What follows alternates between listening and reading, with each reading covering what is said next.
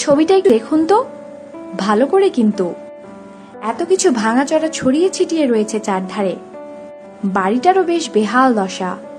সবচেয়ে জরাজীর্ণ কিন্তু গাড়ি বারান্দায় দাঁড়িয়ে থাকা গাড়িটা। তবুও গাড়িটা এখনো পড়ে রয়েছে ওখানে। বাড়িতে যখন বাসিন্দারা থাকতেন তখন যেভাবে দাঁড়িয়ে থাকতো ঠিক সেভাবেই।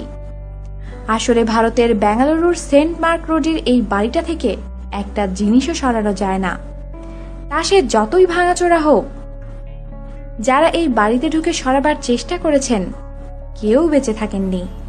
শোনা যায় টেরাভেরা নামের এই বাড়ি তৈরি হয়েছিল এক অ্যাংলো ইন্ডিয়ান পরিবারের হাতে। 1943 সালে এই বাড়ি বানিয়েছিলেন উকিল এজ ভাজ।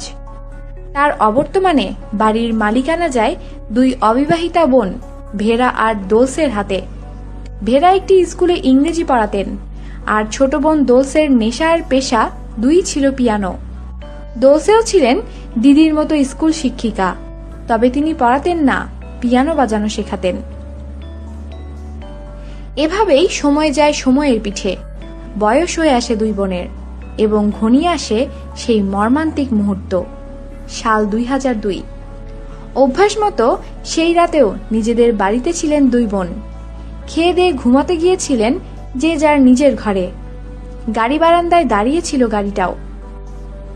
হঠাৎই রাতের নীরবতাকে তছনছ করে দরজা ভেঙে এক যুবক ঢুকে আসে বাড়িতে। ঢুকেই পরপর গুলি চালায় দোলসকে লক্ষ্য করে। ঘটনাস্থলেই মৃত্যু হয় দোলসের। ঠিক কী কারণে ওই যুবক দোলসকে হত্যা করেন তা এখনো জানা যায়নি। অনুমান করা হয় তার মাথা ঠিক ছিল না। এই ঘটনার পরে পুলিশ কিন্তু ওই বাড়িতে থাকার অনুমতি দেয়নি বড় বোন ভেরাকে।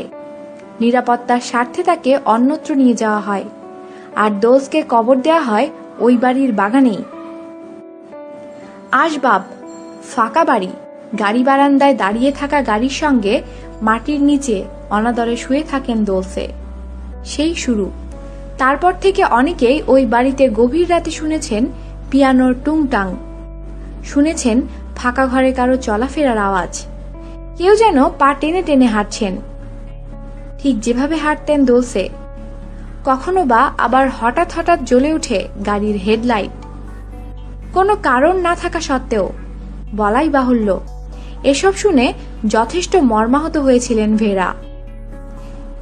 তিনি তখন ওই বাড়ি থেকে জিনিসপত্র সরিয়ে নিয়ে যেতে চান, কিন্তু তা সম্ভব হয়নি। যারা জিনিসপত্র নিয়ে যেতে এসেছিলেন তারা প্রত্যেকেই অসুস্থ হয়ে ঢলে পড়েন মৃত্যুর কোলে। তারপর থেকে আর টেরাভেরার একটা জিনিসও সরানো হয়নি, গাড়িটাকেও নয়। দোলসের জিনিস তার সঙ্গেই থেকে গিয়েছে ওই বাড়িতে। শুধু যে ওই বাড়ির জিনিস সরানো যায় না তা নয়, পাশাপাশি ওই বাড়ির ভেতরের কোনো ছবিও তোলা যায় না। যারা চেষ্টা করেছেন দেখেছেন ছবি ঝাপসা এসেছে, নয়তো ব্যাটারি পুড়ে গিয়েছে, ক্যামেরা গিয়েছে খারাপ হয়ে। আপনি কি ওই বাড়িটায় একবার ঢু মারার কথা ভাবছেন? থাক না, শুধু শুধু কেন বিরক্ত করবেন এক মৃতা মহিলাকে? আমাদের সাথেই থাকুন আর অবশ্যই সাবস্ক্রাইব করুন।